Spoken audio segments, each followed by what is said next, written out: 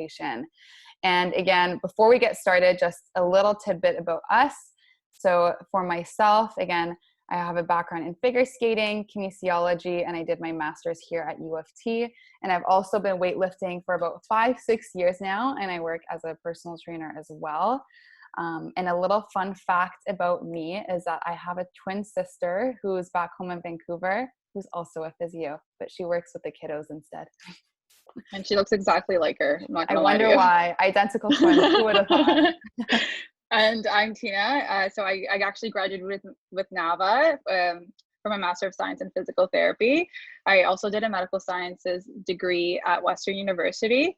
So I've done Olympic lifting. I'm still doing it actually for 3.5 years. It's almost hitting 4. And I've done general weightlifting for about 8 years total. Fun fact about me is that I have the most adorable dog, but I'm absolutely allergic to him. So I have to take allergy pills every single day. But it's been good. It's been good. It's fine. Milo's worth it, I would say. He is definitely the cutest dog. 100%. Okay, so quick overview what we're going to go over today. So just going over the steps to mastering the deadlift to help you get stronger and help reduce the risk of injuries down the road. And again, we'll briefly go over the different variations and the value of each single one. Some modifications that you can incorporate if you are still injured or you're recovering from an injury, and some regressions that you can try out. Okay. One second. Oh, sorry. I think Lewis raised his hand. Sorry, Lewis, do you have a question? I don't see anything. No, I saw something. Interesting. On the side. Yeah, I saw something on the right. Anyways. Okay, sorry, go on. We can get back to that afterwards. Okay, next slide. Okay, perfect. So again, like we've talked about before, this picture gets me every time. We're just going over some of the most fundamental movement patterns. And today we'll be focusing on the hinge, which again is probably one of my favorite movements to incorporate when I'm working out, but it can also be probably one of the more difficult patterns to teach, especially when I'm working with clients or patients. So again, why do we care about deadlifts? Why do deadlifts in the first place? Apart from getting nice and strong. Essentially, again, you're targeting so many different muscle groups at the same time, primarily the posterior chain as well. So that essentially means the back side of your body. And again, that can help promote the strength and endurance of a lot of your postural muscles. And again, for the majority of the population, doing deadlifts is actually the heaviest amount of free weight that can be lifted compared to any other exercise. Just a little fun fact. And lastly, again, deadlifts can have great carryover to other functional aspects in life. Like for me this weekend when I'm going to be doing my move, picking up heavy sofas and boxes in a health and safety manner. There we go. And again, just briefly, some of the muscles and different areas that the deadlift targets. Again, these will change slightly based on the variation that you choose to perform and based on your own anatomy. But in general, it really focuses and biases on strengthening your hamstring, your glutes, core, several of your back muscles like your traps, lats, and spinal erectors, as well as a lot of your forearm muscles that are required for a strong grip. Okay, and before we move on to the different types of variations briefly, I want everybody to put in the chat box your favorite deadlift variation. Or for me, mine is the conventional deadlift. What's your fave, Tina? Probably the clean. The clean deadlift. The clean deadlift. How did I know? Who would have thought? Wow. Okay, trap bar. Okay, love it. Awesome. Ooh, okay. I think that's the first one I've heard anyone saying single leg deadlift. Oh, single leg deadlifts are great. Wow, I was about to say the ex-figure skater in me, I'm like spirals all the way. Ooh, lots of RDLs. People just love stretching the hamstrings, eh? Yeah, it's nice. There we go. Okay, yeah, conventional. Finally, we got some conventional love. There we go. I know. Thank you. I was getting a bit concerned there. I'm like, okay, we can stop the webinar now.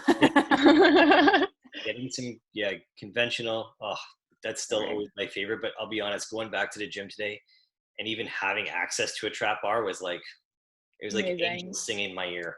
Exactly. A very good place to start. Not gonna lie. Okay, so we'll get started. A few people said that the trap bar variation was their favorite. And again, trap bar is a great way to even like start doing the deadlifts when you are learning how to lift. especially because, again, that bar, you can't really tell from this photo, but it's like that circular bar that you normally see at the gym, or looks like a hexagon, I don't know. It doesn't block the knees. So you're actually able to bend the knees slightly more forward. And this helps keep your torso a bit more upright. Oh, can you see my mouse? I can't tell. So it's like the image on the, okay, the image on the right-hand side is a trap bar, and you can see you're less like horizontal and parallel to the floor.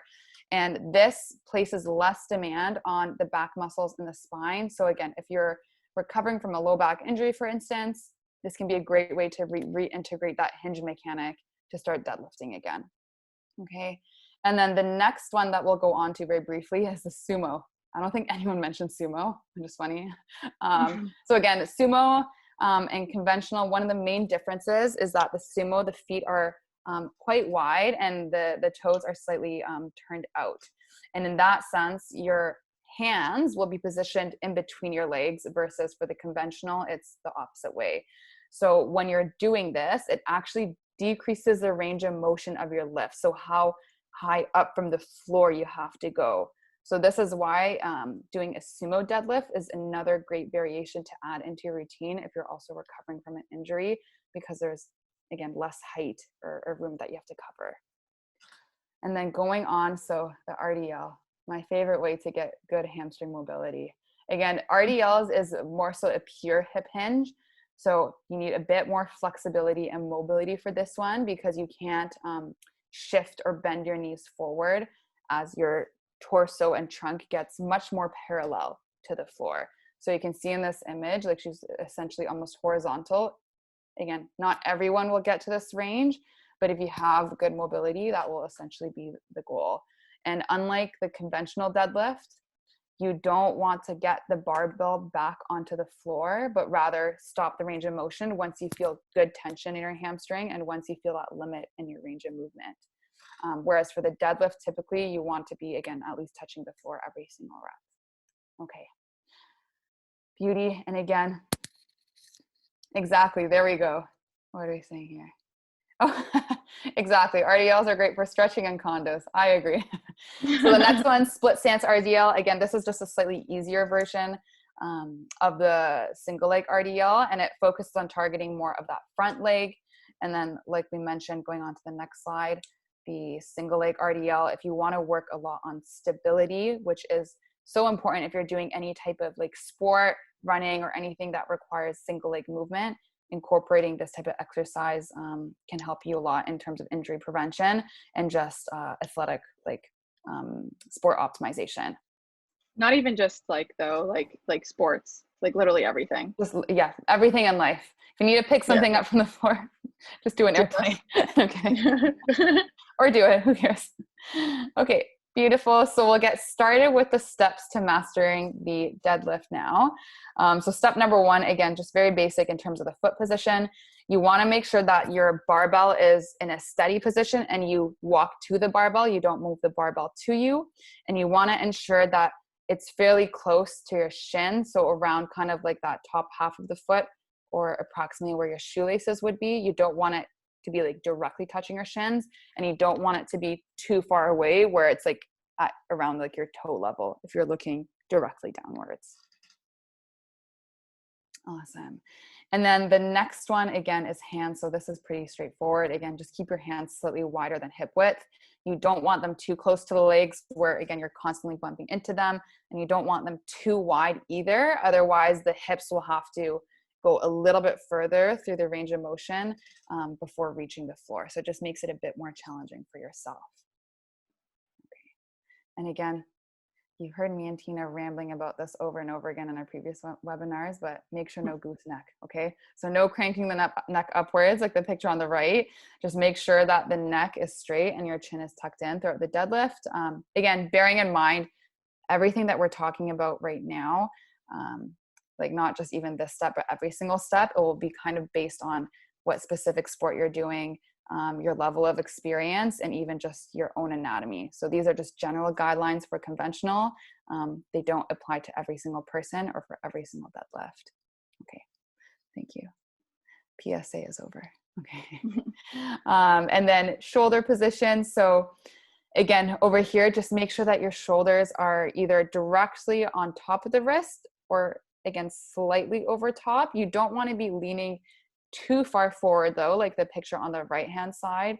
As you can tell that, again, Tina's just shifted significantly forward because that changes the entire starting position of your hips, your backs, and your knees. Okay. Perfect. There you go. And then let me take a little peep. Are we saving questions till after, or should I try answering them now? Answer them now if you can. Okay, let me take a look. I'll try to multitask. And can you read it out loud? Because I can't see it. Okay, yeah. Are there any recommendations if you have a fully separated shoulder? So that would have to go a little bit more in depth. But in general, I would say based on kind of your recovery and what your therapist has said, you want to actually focus more on like rotator cuff strength and stability first, because essentially you're tractioning your arm if you're holding the barbell and you're doing a deadlift. And again, the heavier you are, the more it's kind of like pulling like your shoulder, and it's not in like that stable position in the head of the socket. So once the strength of the shoulder starts increasing, then you can gradually start progressing towards deadlifts with incorporation of other exercises like carries and other types of movements as well. Just to jump in, Nava, I think you know what you said, right? Making sure the shoulder blade positioning is right before you do the lift, and always incorporating some sort of retraction exercise as part of your warm-up is always pretty important as well when you're doing deadlifts or squats. There's another question here from Charlie. Are there any tips on scaling banded RDL load if barbell and weights are inaccessible? So for more of like a condo or at-home workout, if you don't have access, how to scale your resistance with bands? Well, we'll be talking about that. We'll show you that later. Okay. Yeah, we'll show you that later. Yeah. There we go. Okay. Going back to the slide. So again, what I find that I typically see when people are doing deadlifts is like the image on the right-hand side. It's kind of hard to tell from this angle, but essentially, again, in the right-hand image, my shoulders are like more rounded. So I'm in a little bit more of a hunched position. And I'm not squeezing them slightly together. So when you're doing a deadlift, think of kind of retracting your shoulder blades together a bit and pulling them down, because that helps engage all of your back muscles a little bit better as well. And a cue that can help is think of like squeezing an orange in your armpits just to keep everything nice and stable in that area. There you go. Beautiful. Okay. And hip position. So again, like I already mentioned, this will kind of change a lot just based on your own anatomy and what mobility you have. But in general, when we're speaking of the conventional deadlift, you want to keep your hips kind of somewhere in between shoulder and knee height. So on the image in the middle, you can tell that the starting position has the hips a little bit more elevated. So in this case, it's in line with that shoulder, and the torso is a bit more parallel to the floor. And then on the image on the left, the hips are a bit lower and it's kind of in line with the knee, and the torso is a bit more upright. So it's a bit more squatty. So you kind of want it to be somewhere in between knee and shoulder. And again, this will also change based on the different type of deadlift you do, but this is just a general recommendation for the conventional deadlift. And it will change based on your anatomy as well. Okay.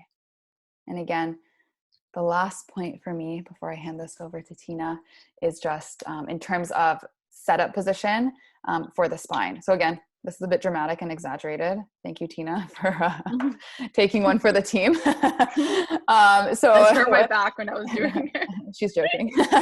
So when you're setting up for the deadlift, again, make sure that you try your best to keep a neutral, so straight spine all the way up from the neck down to the hips, rather than kind of rounding or bending too much, like is shown on the right-hand side. And again, there is some new research that suggests that you might be able to train deadlifts in more of what we call that spinal flexion, so a slight rounding. But again, most results have been inconclusive. So if you're starting off at the gym, you're new, try to focus more on keeping your deadlift form like the image on the left-hand side, just in order to help reduce the chances of injury in terms of what we currently know in terms of research. Okay. Okay, so let's talk about step number 2, driving the barbell upwards, the most important part. Just kidding, they're all important. So what you want to do is you want to create tension literally everywhere. This is a full body exercise. And the reason why it's full body is because you're literally creating tension in all the muscles of your whole body. So basically with step for like A, you can see that you're gripping and squeezing ground via your feet while keeping your hips open.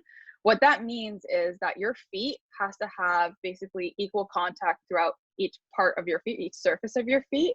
And ideally, what you're going to do is you're going to open up your hips without actually opening up your hips. So it's basically a movement rather than actually seeing any movement in your hips. And what that will do is that automatically will engage the glute muscles right over here.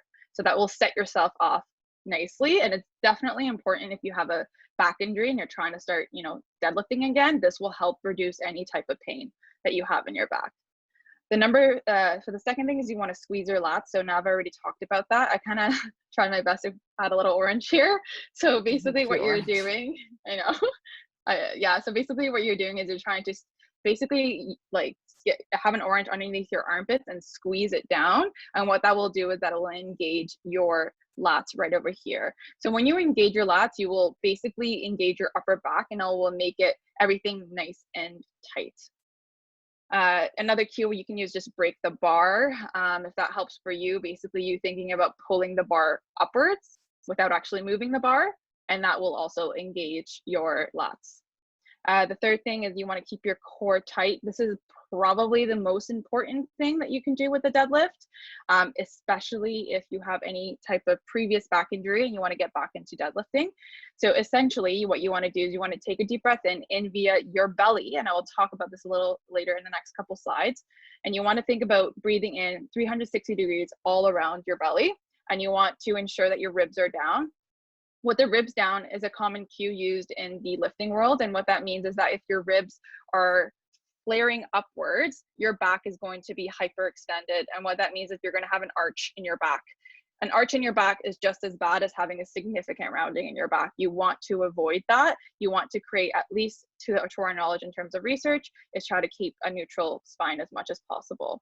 And then once you have as much tension in all three aspects, then you want to drive the barbell upwards. And if you actually follow all these three things, you will notice that lifting a barbell would be a lot easier. And number 3, bringing the barbell down from the top position. And this is equally important, right? Because you don't want to just drop the barbell and you're not tight in any aspects of your body, because that can also lead to potential injury. So you want to make sure that you're still very tight. And what you do is you squeeze your glutes at the top, but you don't hyperextend at your low back. So these are just examples of, you know, incorrect ways that people do at the top. I don't know if any of these are familiar to anyone.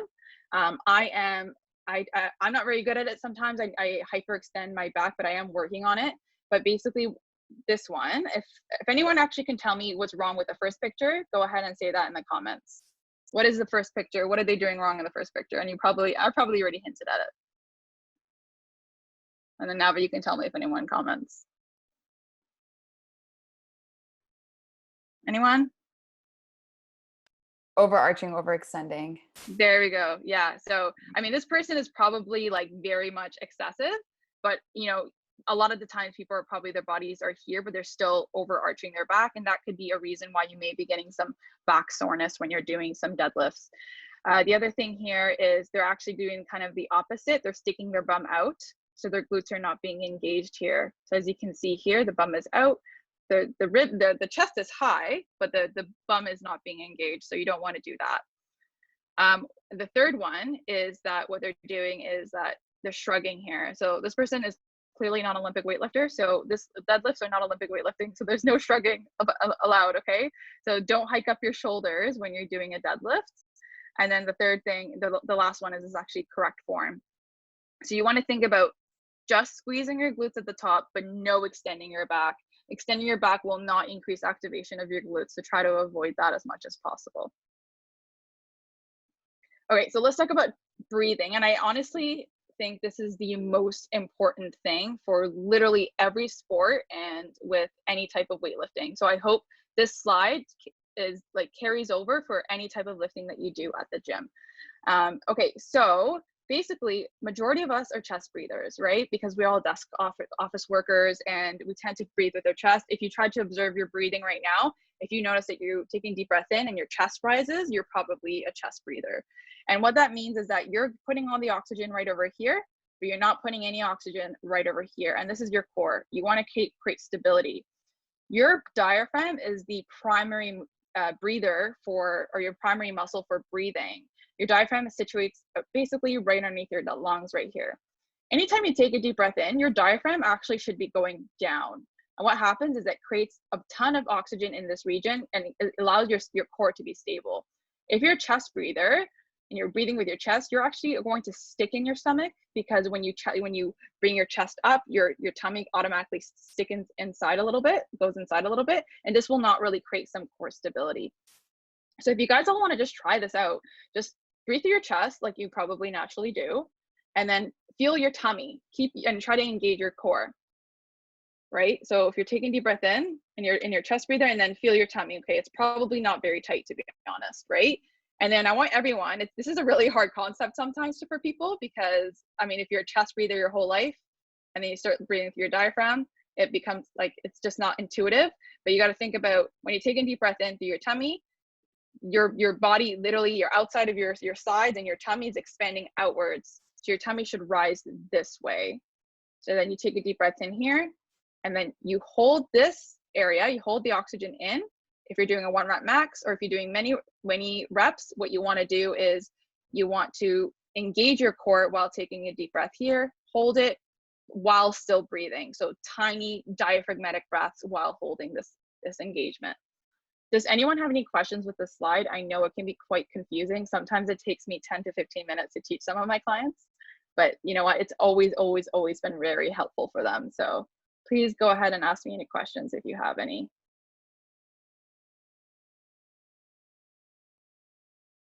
We're good? Okay, cool. Okay, let's talk about the dead stop versus touch and go.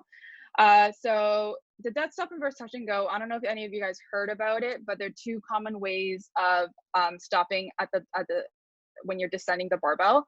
The dead stop is basically when you're going down, you are relaxing the barbell and then you're creating tension again at the bottom. So this is a very common type of technique for powerlifters, because it creates the maximum amount of force output and you're increasing your strength gains as much as possible. When you're doing the touch and go, what you're doing is you're descending the barbell, and then you're gonna, without resetting, you're just gonna hear it click at the bottom, you're gonna come back up. So going down and then coming back up. So you're not resetting your body position at all. I don't think there's necessarily like whether dead stop versus touch and go, one is better than the other. It really depends on what your goals are. Like if your goals are really just to increase strength as much as possible, maybe the dead stop is for you. But if you're, you want to do 8 to 10 repetitions of deadlifts, maybe the touch and go is more appropriate for you. So it really depends on what your goals are. So common errors that we see. So we've already talked about the below. I mean, we didn't really talk about the bar path, not vertical, but what that really means is that the barbell is going straight up rather than going into like a zigzag or whatever position. Ideally, when you lift the barbell, it should go straight up like this. But everything else we kind of talked about, but we haven't really addressed the first 2. So I want to show you through some videos. Just give me 1 second. Oops. I'll have to stop screen share for a second. Oh, wait.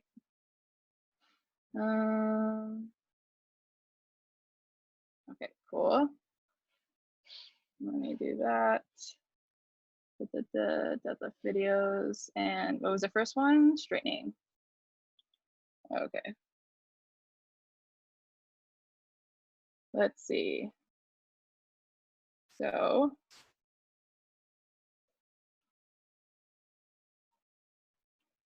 okay. So here, and then I go up. I'm gonna try that again.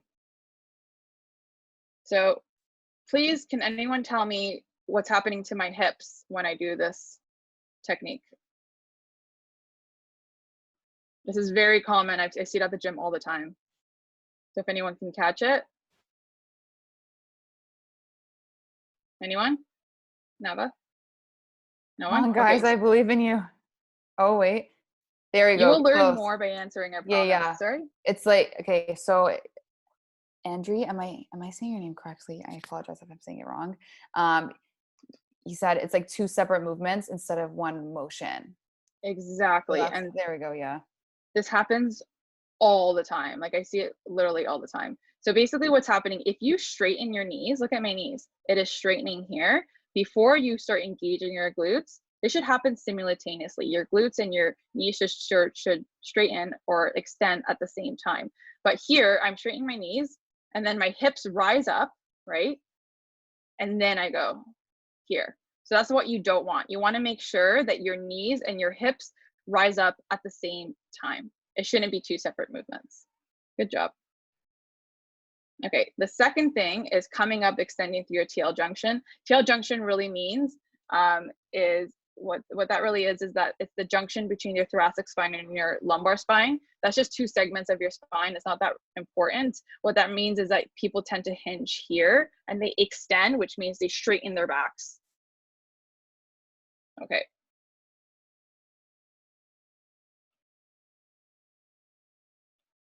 So Nava's already doing it and she's extending and she's extending. So she's not keeping anything neutral, right? Like I said, you want to make sure that your back is neutral. Nava's like a good deadlifter. She thinks about bringing her chest up, which is important. But if you just think about bringing your chest up, but you don't engage your core, this is what's going to happen. Chest up, back is going to be hyper extended. And then you're going to get some back pain sometimes. But I feel like Nava, did you have some back pain with this exercise? Probably when she was doing it's not fun for your back. Because I'm not used to it. Yeah. Well, that too. But yeah.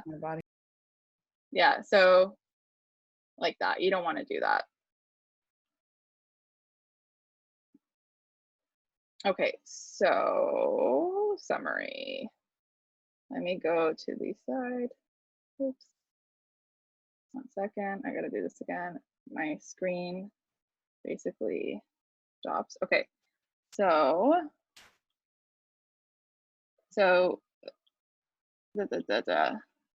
I just want to quiz you guys one more time on this deadlift and what you guys see that could be improved with this one, and then we're going to give you a good deadlift right after, and I'm going to explain it throughout.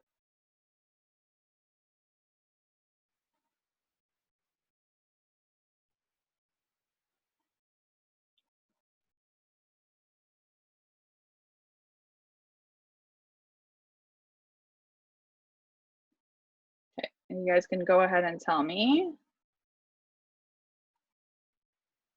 what you guys see that could be improved.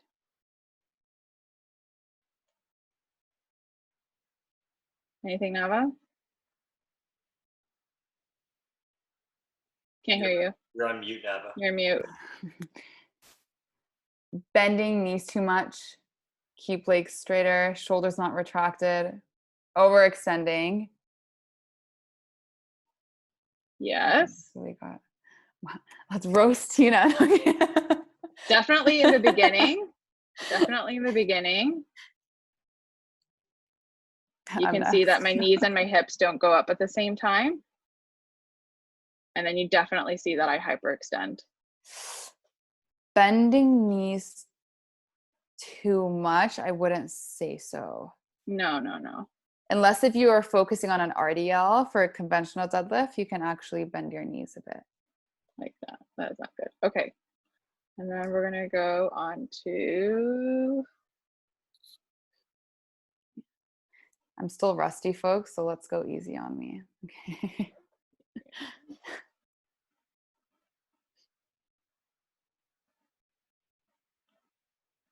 Okay. Okay. I'm just going to show you the video and then I'll explain it in a second. Okay. So as you can see here, Nava sets herself up. She keeps everything tight. Her lats are engaged. You can even automatically see that her lats are getting tight right there. She's keeping tension everywhere. Okay. As she's keeping tension, she's bringing the bar up. Her chest is still up. However, her core is engaged. She's bringing that the barbell up. The line is vertical, and then she's not hyperextending. She's engaging her glutes, but she's not hyperextending. So this is a pretty good deadlift. The only thing that I don't think Nava may not even be able to change, but she's not really clearing her knees. But it also, this is where the anatomy comes into play. Look at this part. Where the anatomy comes into play, it could be that she just has a really long tibia, which means a shin bone. And she just has no choice but to be in that position. So this is why everyone's deadlift is going to look different. So you can't think that your deadlift is going to look exactly equal to someone else's. And don't compare your deadlifts to other people on social media, because, you know, that never works out. Does anyone have any questions? We good? Okay, mobility requirements for the conventional deadlift. Honestly, this is not really that big of an issue for most people, but technically you generally need some good adequate low back mobility so that you don't unintentionally, and I say unintentionally, round your low back in the starting position. Most people do possess great mobility, but some signs that you don't is why you don't actually is that you may have some hip inflexibility issues, maybe muscular, maybe hip. It's hard to really say unless you have an assessment, obviously, or it can be because of significant sciatic nerve tension. And what that means is your sciatic nerve is a nerve that goes behind your back. I don't know, probably everyone's heard of sciatica, but just because you have tension does not mean you have sciatica.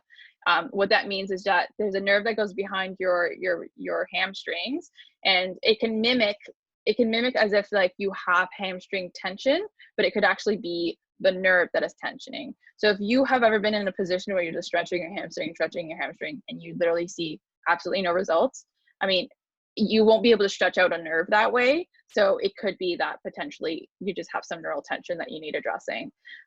So a solution for this, if you have any like hip inflexibility, you want to stretch or release your glutes, not really your hamstrings, only because your hamstrings are slackened, so your knees bent. So to be honest, hamstrings are not usually a reason why you wouldn't be able to do the conventional deadlifts. It's usually your glutes. The other thing you want to do is focus on hip mobility, like 90-90s, but that's if you actually, maybe, you know, there's something with you don't have hip mobility because of, for example, it's your capsule or something and not actually the muscles around your hips. You can reduce your neural tension. So if you have any sciatic neural tension, you want to focus on that. But the thing is really important is that you want to get assessed by a physiotherapist if you don't have the adequate mobility. Mostly because if you have sciatic nerve tension, it's really difficult how to really address that. There's some techniques that can work, but we have to know where it's coming from. Like, is the tension coming from your back? Is the tension coming from your glutes, your hamstrings? There's many different locations where you would get neural tension. So that's something that you would want to get an assessment for. But if you have mobility deficits, the good thing is you can modify and still do deadlifts. So you can do deadlifts on an elevated surface. Obviously, you wouldn't be going as low so that your mobility really wouldn't be an issue. So grip variations, there's 3 types. The most common is the standard double overhand and the mixed grip. So, what here you can see the pro is obviously it's easier to do, it's natural. You won't have any muscle imbalances because it's equal, right? Limiting factor is, it can be a limiting factor for your strength, because oftentimes when you're doing many reps, your grip might tire out and you won't be able to, you know, complete the rep despite your glutes or your back feeling like it can do more. So oftentimes where people are like, okay, I get to like whatever 150 pounds and I can't go anymore, they go into the mixed grip because then they can actually lift more weights. And you'll see that at the gym all the time. The mixed grip is one hand overhand, one hand underhand. The only con is that you can generally create more asymmetry. So you want to switch it up. So left underhand, right overhand, and then opposite when you're doing that. So every set, so that, you know, you don't create any asymmetry. The last one is a hook grip. If anyone's watching the Olympics, there's a lot of Olympic weightlifting out there. That's my sport. They all use this. I mean, it's great for grip strength. I mean, it's great to have a nice grip at the bar. Powerlifters use this for deadlifts too, but it's very popular in the Olympic weightlifting community. It also allows a symmetrical pull. I guess it's a pro in comparison to the mixed grip. But the con is that it does hurt your thumb. So you can see here. So, but you can wear thumb tape and it should be fine sometimes. Okay, So some regressions. So if you have never deadlifted before, it's probably a good idea to start with a dowel. Oops. So I'm just going to do this again and then share screen. Okay, so let's look at this dowel.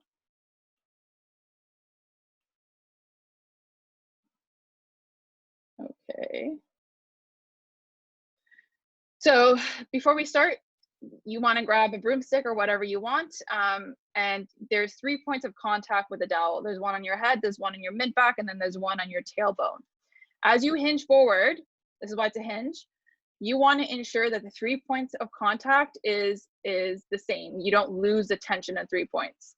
So basically, I'm doing a hinge, and there's 3 points of contact the entire time. Oftentimes I see what happens when people first learn how to do that. They have contact here, they have contact here, but they lose the contact here. And that's because they lose the core engagement. So this is why it's important to kind of learn the hinge before you even start doing a deadlift if you've never done it before. I'm going to show it again. Okay. Second thing. Okay. Beginner deadlift. So that's for that. This is for the question that someone had that doesn't have much equipment at home, but still wants to learn to deadlift. Sorry, is not planning to go to the gym, but still wants to learn to deadlift. So something that you can do as an alternative, obviously, you know, the bands here can be like, this is the lightest band that I had access to at the moment, but you can, you know, double up the bands, you can triple up the bands in this way using a dowel. It's something creative. And then you can act like as if it's an actual deadlift. So that still creating the tension. I'll show you here. I start my position up, get everything nice and tight, similar to an actual deadlift, right? Except my neck, please ignore my neck. I'm an Olympic weightlifter, so my neck with my lifts, you are supposed to actually have your neck in this way, which is why I always get confused.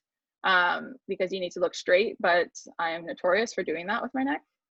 But basically it's the same thing. Like that. Okay. Does anyone have any questions for this?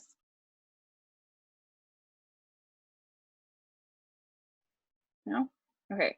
The other things that you can do is the kettlebell deadlift and the box deadlift. Kettlebell deadlift, basically you're just holding a kettlebell in front of you and you're going and bringing your hips to the wall. So your wall will stop your hinge. So then that's when you know when to stop your hinge. The box deadlift is basically just doing like a deadlift with the barbell on the box and stopping your range of motion less so that you learn your hinge mechanics prior to actually doing it on the ground. Progressions here, you can add a deficit so that you can see the picture here. Deficit really means is that you're going to be increasing the range of motion of the deadlift so that you're actually going to be strengthening in a larger range of motion, basically your glutes, hamstring, etc. So you put something, a plate underneath your foot. You can see that this man is taller already, and now he has to lift up the weight all the way up. So it's a good way to progress your deadlift, beside obviously adding weights or having a band like this gentleman here. You can also change the tempo. So when you go down, it's called the eccentric component of the deadlift. And so the slowing down, when you're coming down, you want to make sure you slow down. So that when you slow down, you're increasing time under tension, and that will essentially be a way to increase strength in the deadlift. And it's also a great way if you are coming back from a back injury or something, or any type of injury, that you learn the technique in a slow way. And then you are learning to engage the muscles optimally when you're doing it when you're doing it slowly. So it's a good way to start also if you just go slower.